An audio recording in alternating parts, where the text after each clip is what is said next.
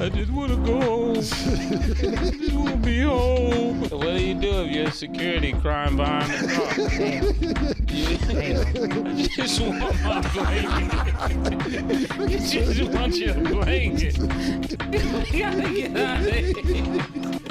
I didn't sing too much. This can't tell me nothing. That's why when we talking tough, I said, man, just say it. I didn't see no nigga said he wanna just go home.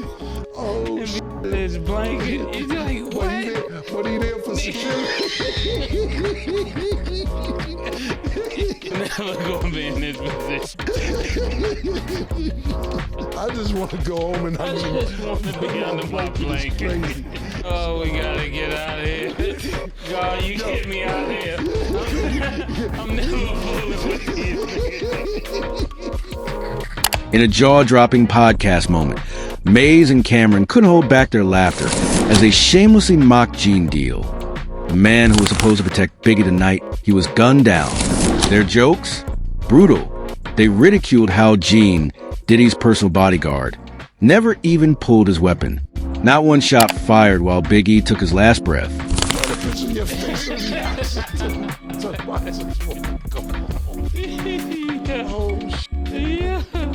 My security holding me down in Cali. Is somebody, the number one rapper in the world, get killed. Somebody just telling you, I just need to want to go home. And the second top artist in the world, which is Mase, about to be number one.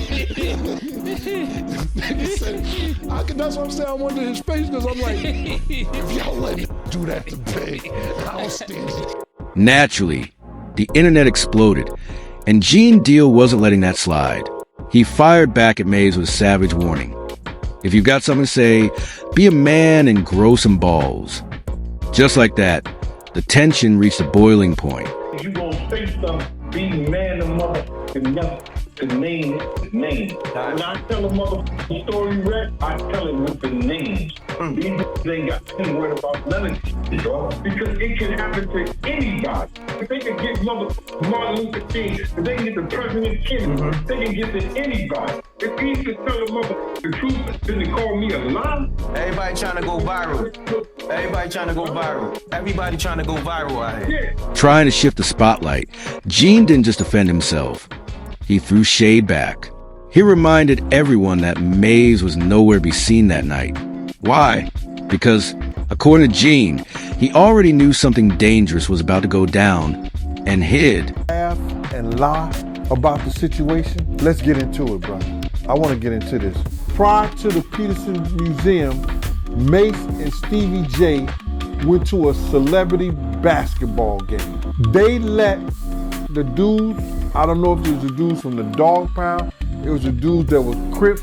They let Stevie J and Mase know, we want Puff and we want Big. Mase felt like he was safe, laying down there, throwing up West Coast signs with them.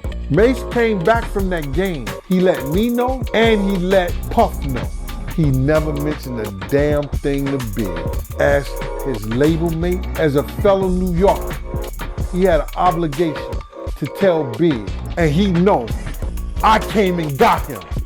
And Mase said, yo, Big G, why you here? Why you here? He said, Big G, I'm all right. I said, you was all right.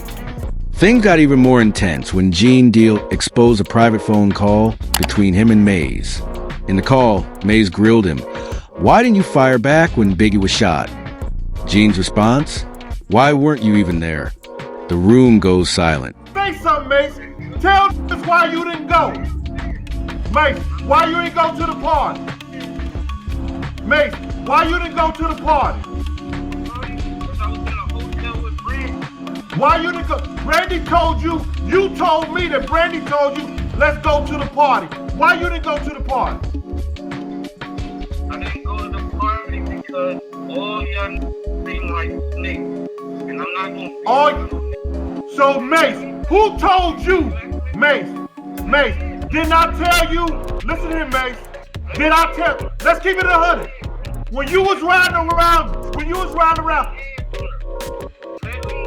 answer. go ahead. Let me answer the question. You guys was in security. If somebody shot the biggest rapper in the world, why y'all didn't shoot back? Y'all had guns? Mase, let me ask you something. I'm gonna get to that. Mase, one question. When you was riding around Cali with Stevie J, didn't I pull you to the side and say, what the f is you doing in a drop top Benz riding around with Stevie J around Cali? Did I say that to you? Mase? That's some shit. Later, Mase tried to clear the air in his own interview. He painted a terrifying picture of what went down after Biggie's death. According to him, he was barricaded inside his LA hotel room while nearly 70 Bloods gang members surrounded the hallway, hunting for bad boy affiliates. He says it wasn't fear, it was survival. I was actually in a hotel with a young lady. And when you heard this information, what was your next actions? My next actions? After what? When you heard Biggie died, did you stay in your hotel room? Did you leave out? Did you want to go back to New York? I actually was trapped in a hotel. Now I want to ask the question.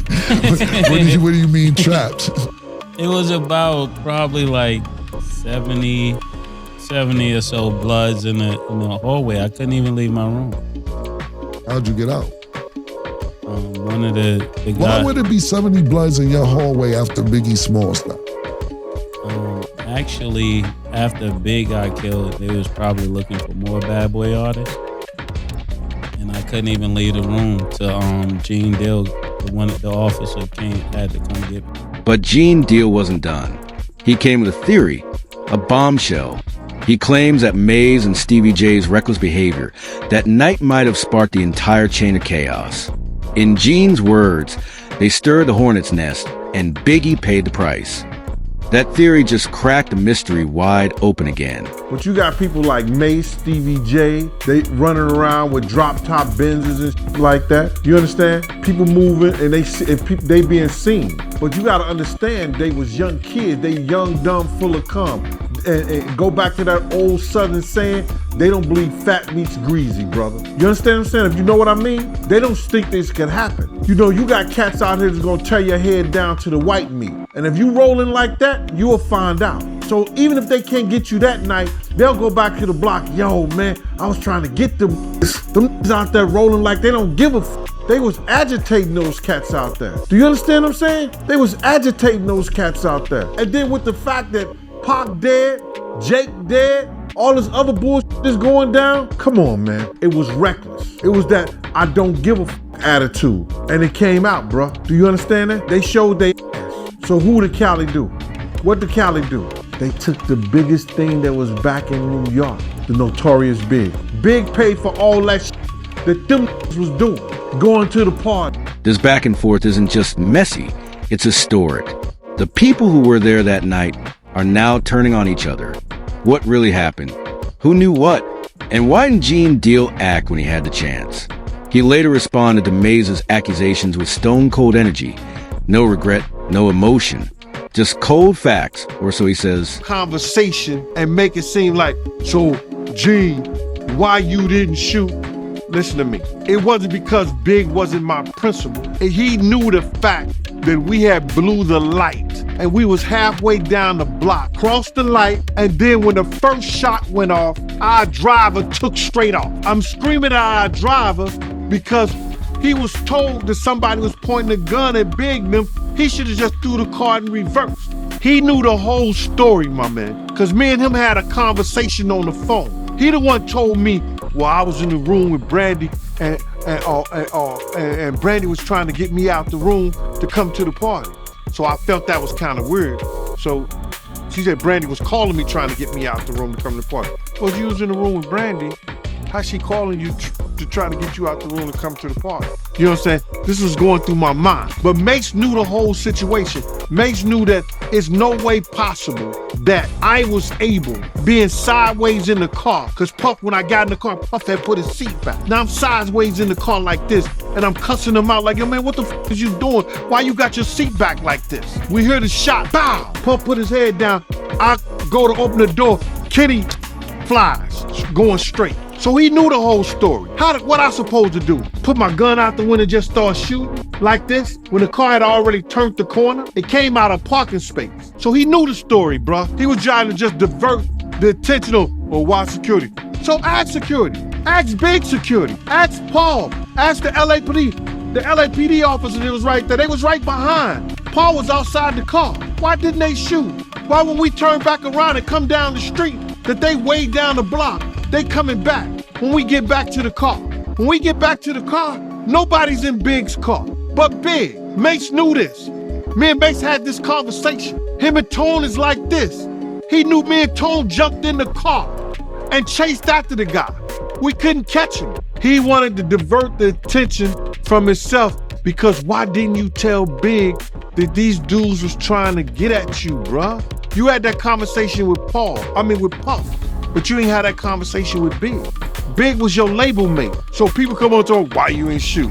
Listen to me, bro. At that time, I was young, dumb, and full of cum. Anybody who really knows me know that they ain't gotta worry about nothing if it comes to the point where gunplay has to be a part of my security. I'm not gonna hesitate, because I never bodyguard anybody that I wasn't willing to lay down my life for. Decades later, the murder of Biggie Smalls still hangs over hip-hop like a shadow.